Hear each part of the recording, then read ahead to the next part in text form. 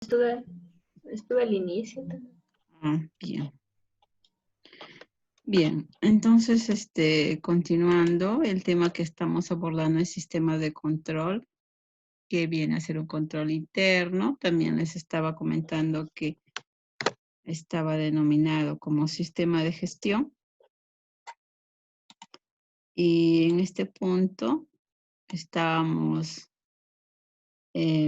viendo de qué manera el control interno ayuda a las empresas, pero hay un informe, COSO primero, en el cual es un informe que les sirve a las empresas como una ayuda para que evalúen y elaboren de la mejor manera sus sistemas de control interno.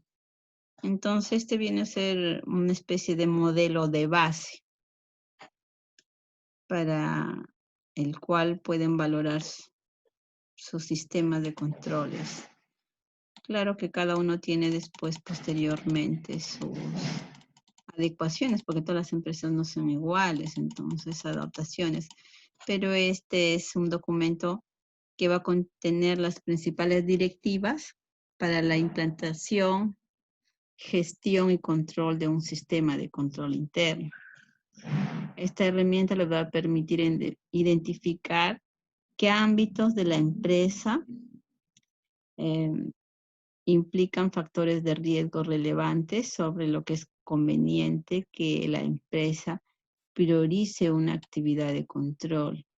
Y bajo este modelo nos dan 5 componentes para que nosotros, es decir, cada empresa pueda estructurar sus controles internos en función a ellos.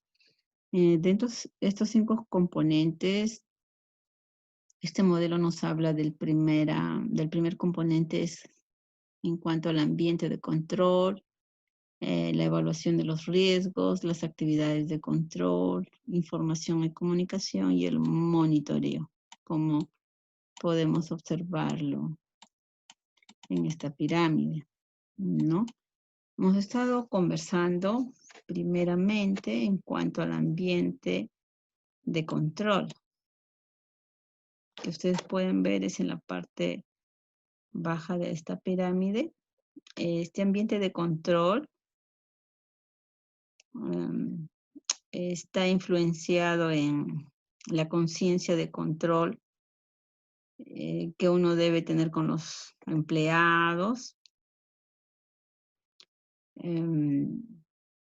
proporcionando disciplina y estructura, ¿no?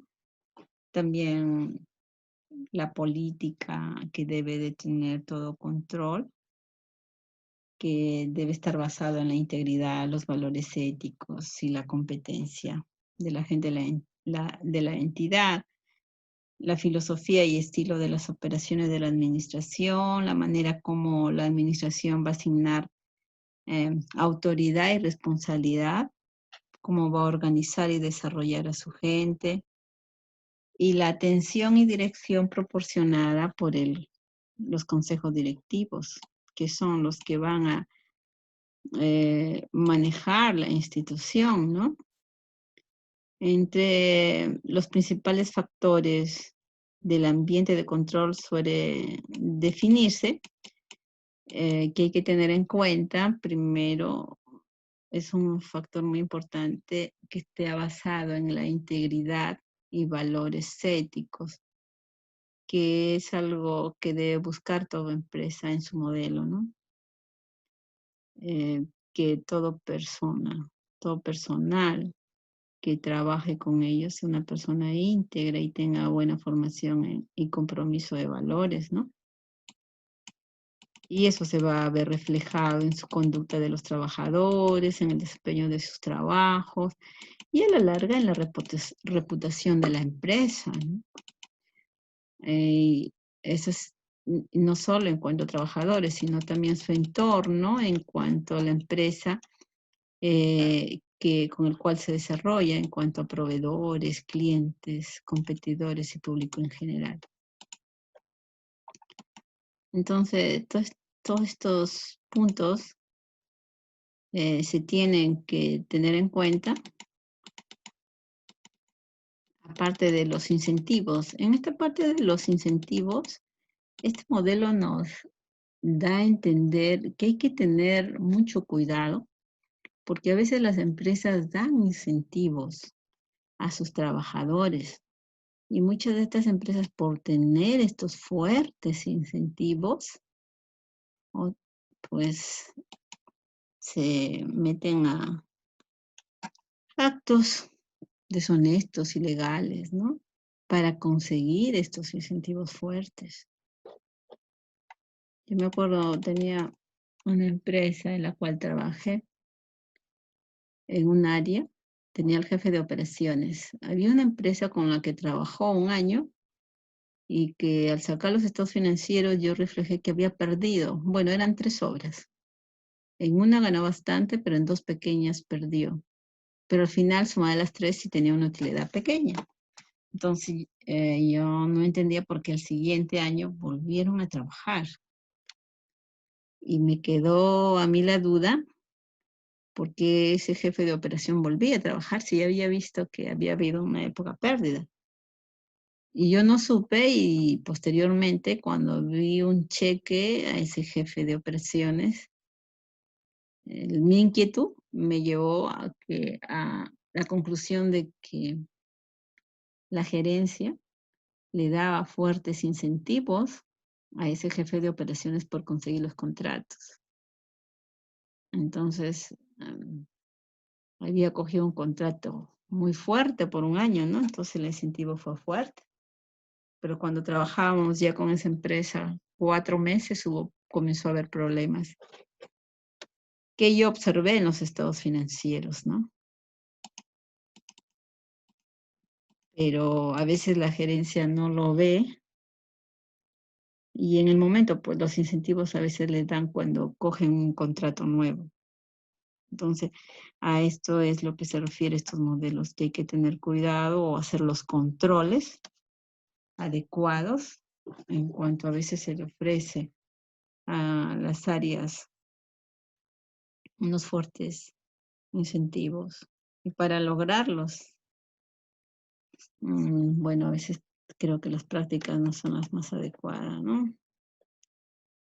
Así también, hay que tener, estos son todos los puntos que uno hay que tener en cuenta a la hora de implantar un control interno y a la hora que uno tiene, supervisar en qué áreas uno puede encontrar los puntos más débiles, ¿no? Como le estaba comentando, en el caso de empresas, que bueno, la parte del consejo directivo, la parte administrativa son un poco de núcleos familiares y la función de las auditorías internas pierden fuerza, pues, ¿no? Porque ante supuestos incoherencias o fallas que encuentra, pues su jefe inmediato superior, si es que se ha afectado alguno de los familiares implicados, no le da mucha importancia. Así también, eh, hay que tener en cuenta la manera como se proporciona y se comunica todo todas las directivas de, de las empresas y tener cuidado con las prácticas de información financiera, porque justamente les estaba diciendo que a veces algunas áreas no conocen. Me acuerdo también, por decir, cuando uno hace unos estudios, hay estudios, por decir, en el caso de los casinos, los tragamonedas, ¿no? Que estas empresas, por lo bajo, son empresas que un poco lavan dinero, pero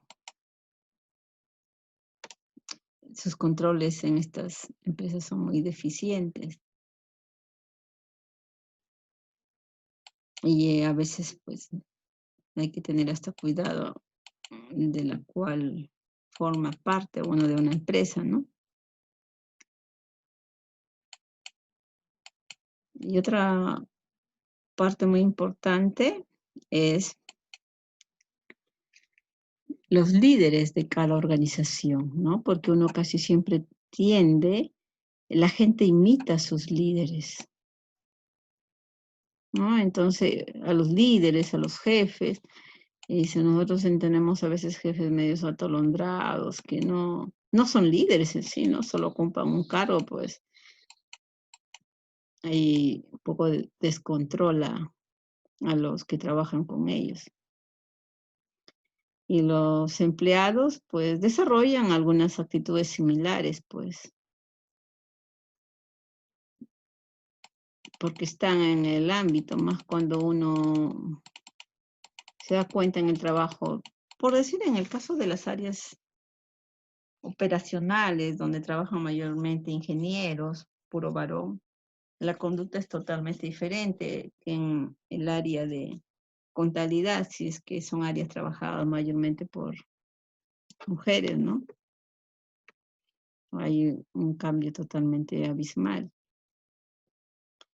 Otro punto que hay que tener en cuenta son los compromisos para la competencia.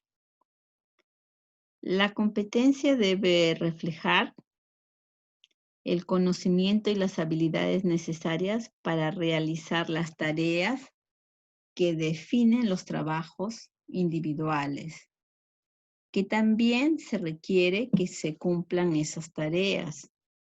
Es generalmente una decisión de la administración, quien considerará los objetivos de la entidad, las estrategias y planes para la consecución de los objetivos.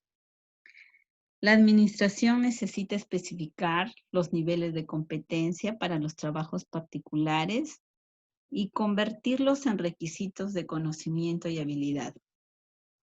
Entre muchos factores considerados en el desarrollo de niveles de conocimiento y habilidades están la naturaleza y el grado de juicio que se debe aplicar en un trabajo específico. Esto también es muy importante. La competencia del conocimiento y la habilidad para ciertos trabajos individuales. ¿Por qué? Porque las habilidades de todos los trabajadores no son iguales. Entonces, volvemos a las empresas familiares, que a veces los grados de gerencia lo ocupan por los hijos o los yernos de los consejos directivos, ¿no? Entonces, ese líder o ese jefe, pues no tiene esos conocimientos, esa habilidad para poder conducir esa área, esas tareas.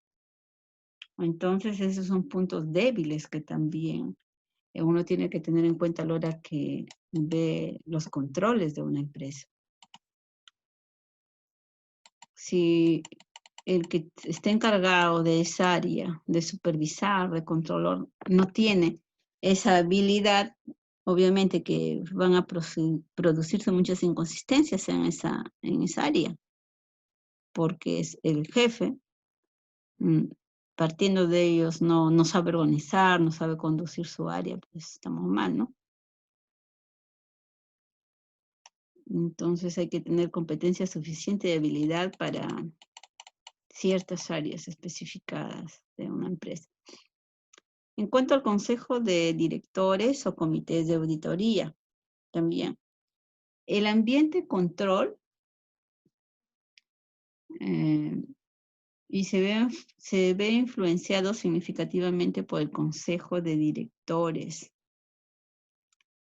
y por el comité de auditoría de la entidad.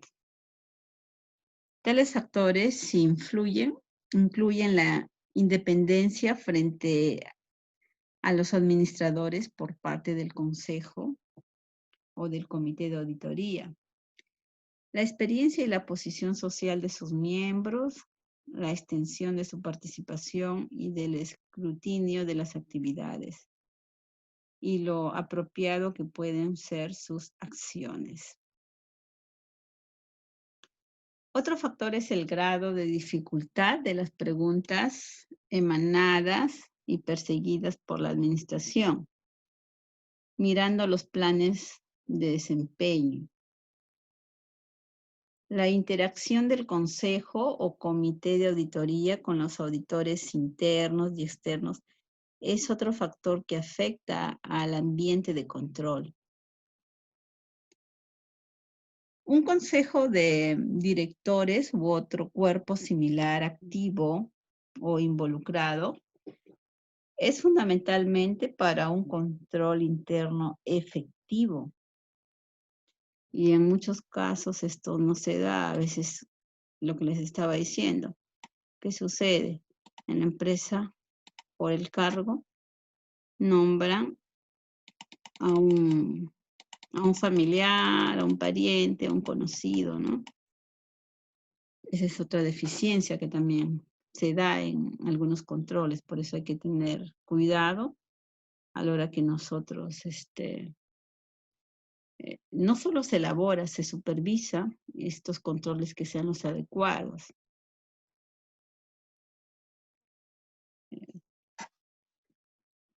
Efectivo es muy importante porque este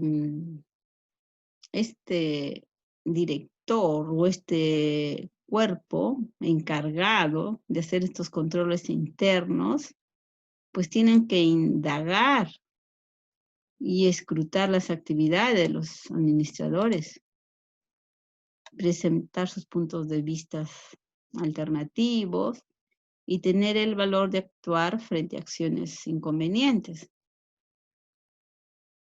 Para este caso se recomienda en todo caso que haya unos directores externos. Por eso es, y hemos visto que es recomendable los directores externos, porque ellos vienen por tiempos determinados, hacen sus exámenes, sus informes y encuentran deficiencias y los comunican. En cambio, cuando son auditores internos, un poco que se familiarizan, y más si se han familiarizado y son algunos parientes o conocidos de los jefes de otras áreas que tienen que ver con, hay un vínculo familiar en cuanto a la empresa, pues ese control interno se vuelve débil porque no tiene la fuerza de accionar contra algún pariente más, ¿no?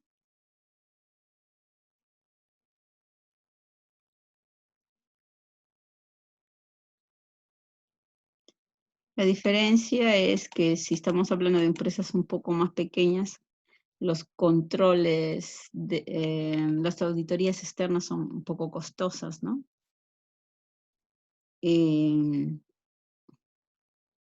Los tendrían que realizar de tiempo en tiempo, ¿no?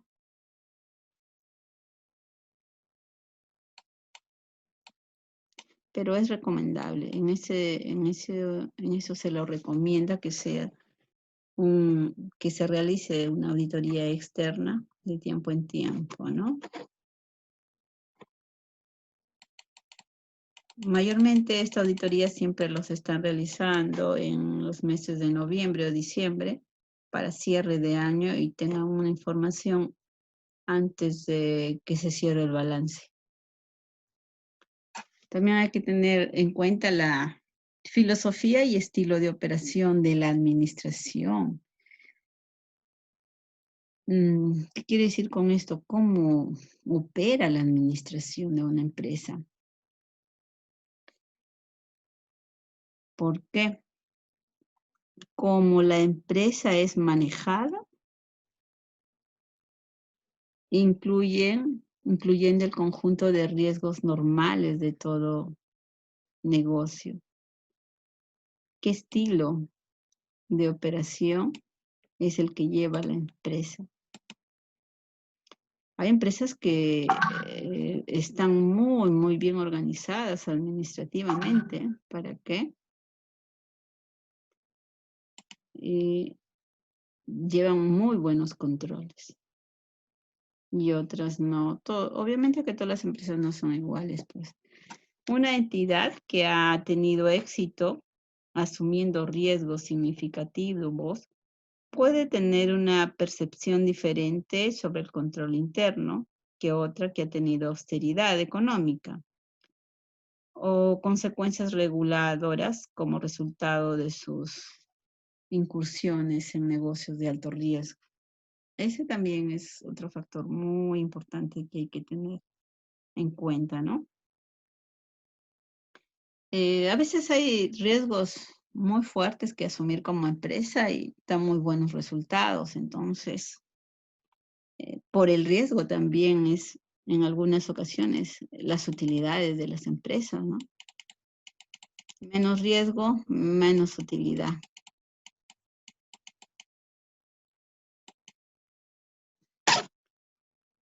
Bueno, todo esto se tiene que tener en cuenta frente a los procesamientos de datos y funciones de contabilidad personal. Importante también el control interno es la estructura organizacional de la empresa.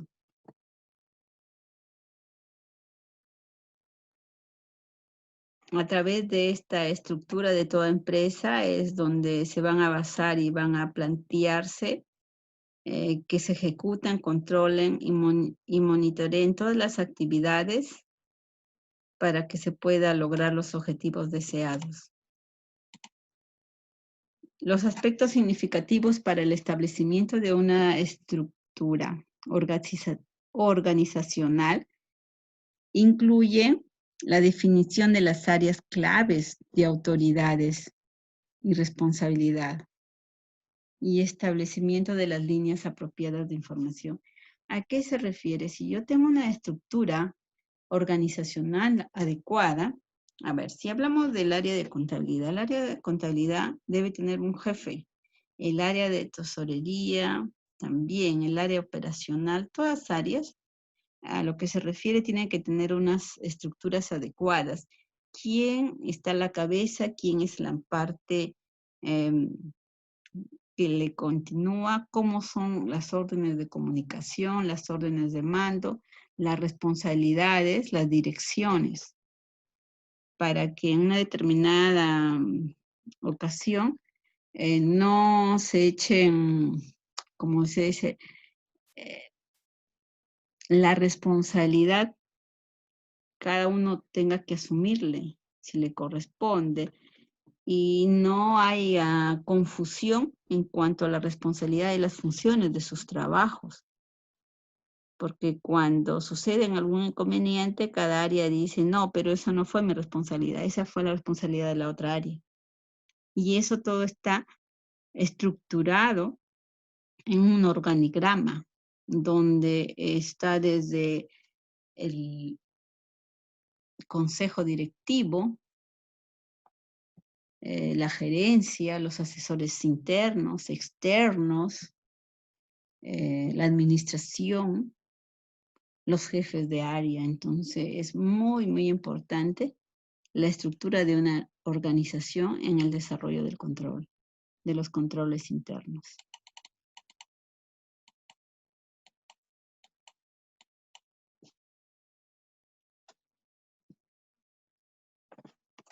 Podemos observar que hay algunas entidades que están organizadas por industria, línea de producto, otros por ubicaciones geográficas o por distribución particular o red de mercados. ¿Por qué? Porque hay empresas que tienen diversas sucursales, ¿no?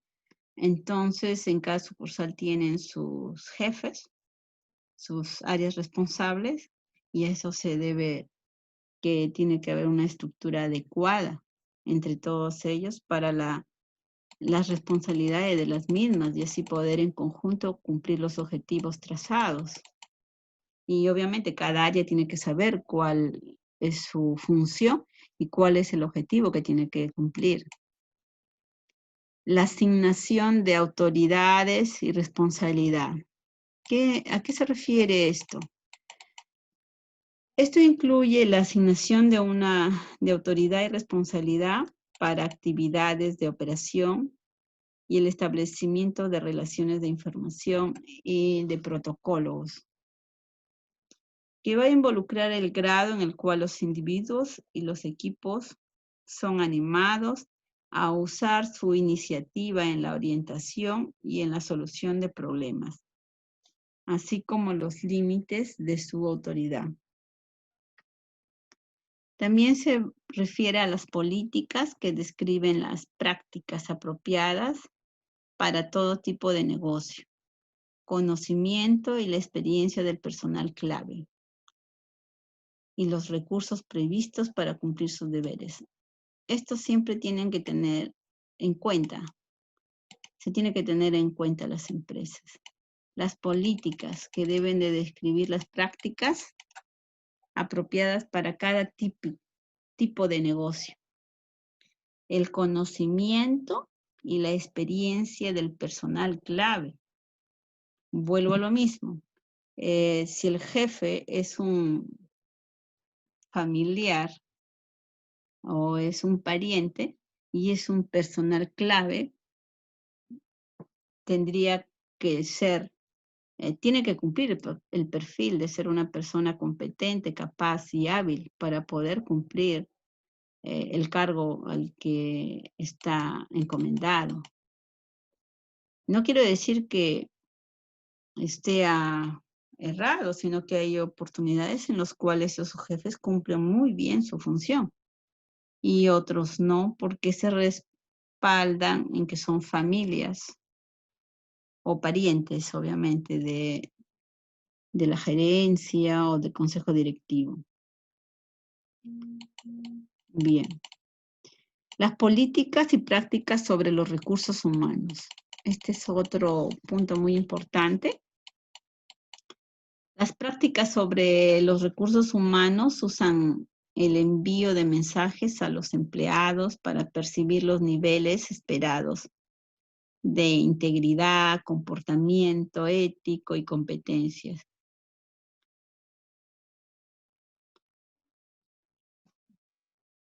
Tales prácticas se relacionan con empleo, orientación, entrenamiento, evaluación, consejería, promoción, compensación y acciones remediales. Por ejemplo, las rotaciones de personal y las promociones orientadas al desempeño periódico evaluado demuestran el compromiso de la entidad con el avance del personal calificado hacia altos niveles de responsabilidad.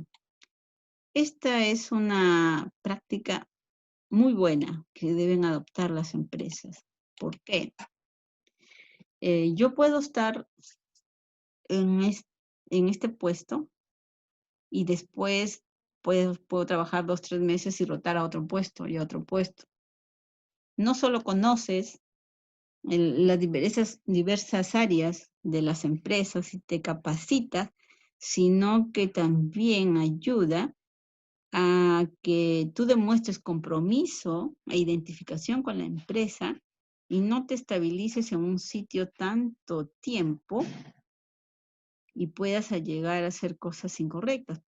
Esa es la problemática a veces del el tesorero, ¿no?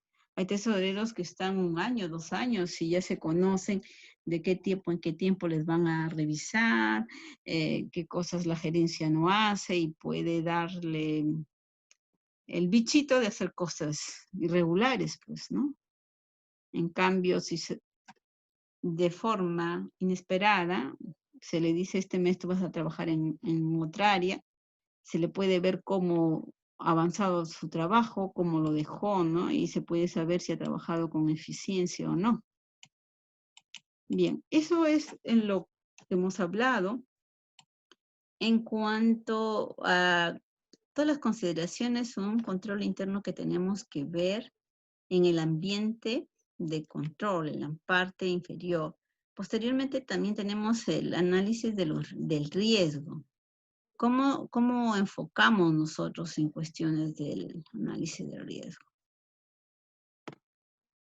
La valoración de riesgo. También en cuanto a la valoración de riesgo, vamos a hablar de otros puntos. Chicos, les dejé una tarea. ¿Sí? No sé si lo han podido observar la tarea. Sí, profesor. Ya, mañana en la segunda hora, porque en la primera voy a terminar de hablar estos puntos, vamos a tratar de evaluar la tarea, porque a la hora que vamos a conversar de unos puntos generales, vamos a aprender mejor, intercambiando ideas. ¿Ya? Es algo también del control interno, cuáles son, qué entienden por control interno, sus características, objetivos, la importancia, qué es necesario para que se complemente con lo que estamos comentando. ¿Sí? Bueno, en cuanto a la valoración de riesgo, cada entidad enfrenta una variedad de riesgos de fuente externas e internas, los cuales deben valorarse. Esto es importante, variedad de riesgos. Todas las empresas no tienen el mismo. Una condición previa a la valoración de riesgos es el establecimiento de objetivos enlazados con distintos niveles y consistentes internamente.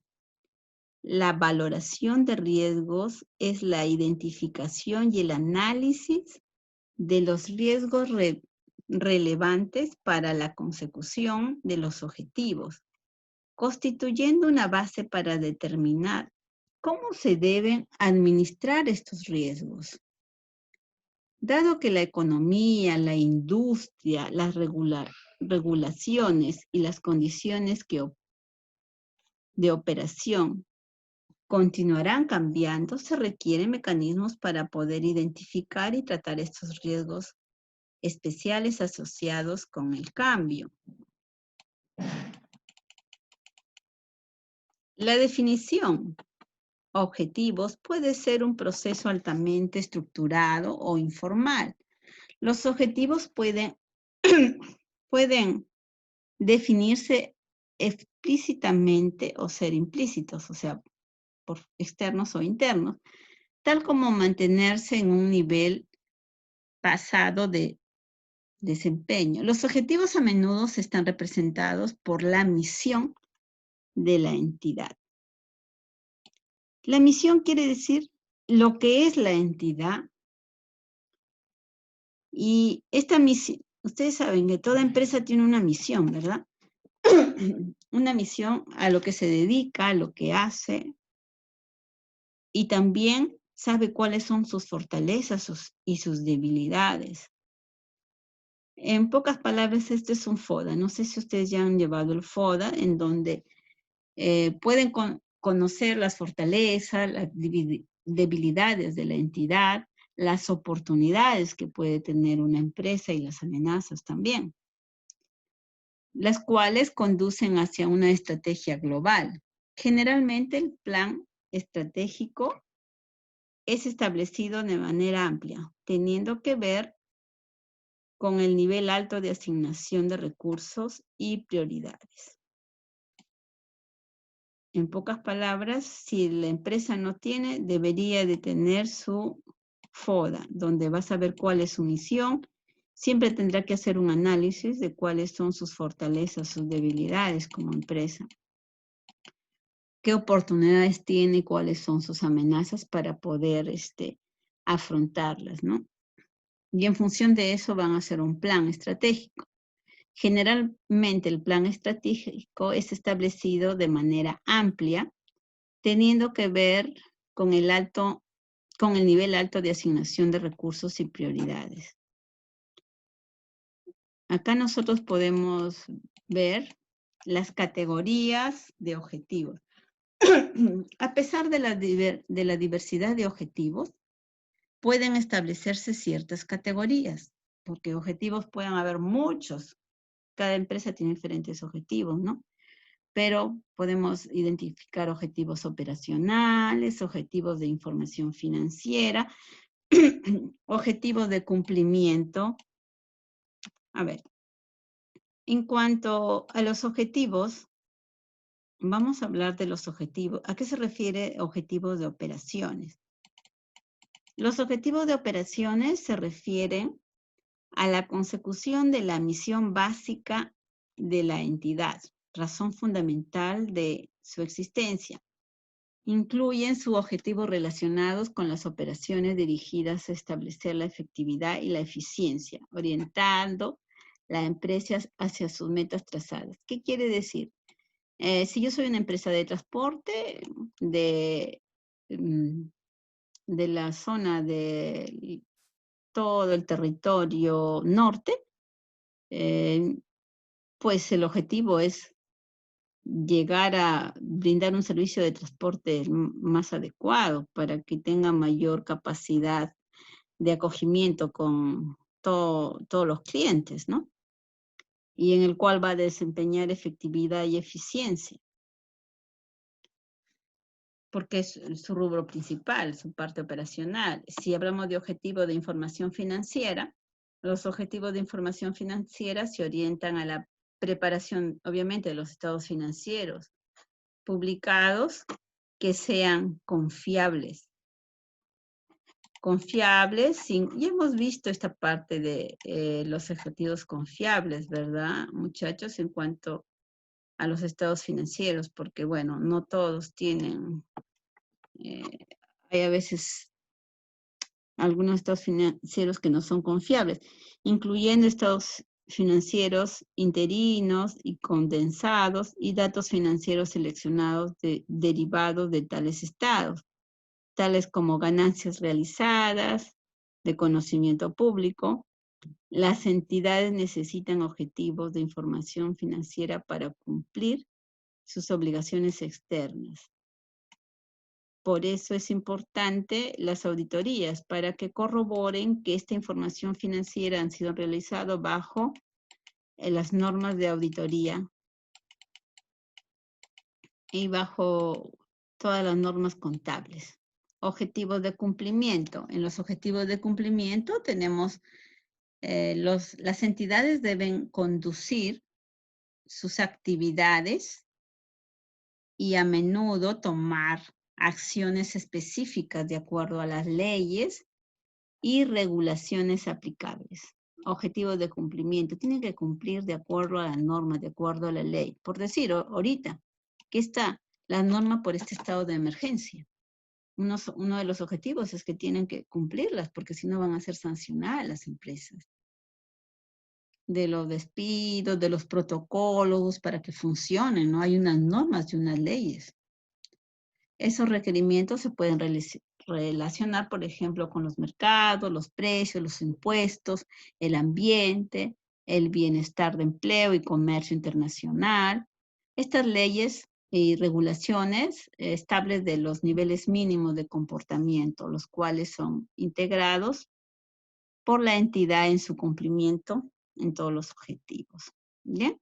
Por decir, los que trabajan en la minería, es muy importante las regulaciones de seguridad y salud ocupacional. Si no, no pueden trabajar estas empresas. Entonces, estas son las 3 clases de objetivos que se tienen que buscar en los controles internos. Operacionales, información financiera y objetivos de cumplimiento, muchachos. Vamos a pasar posteriormente a hablar cobertura de objetivos. Eso ya lo veremos mañana a primera hora en la clase, muchachos. Bueno, chicos, la clase ya está. Ahorita se va a cortar. Nos vemos mañana. No se olviden que hay que ver la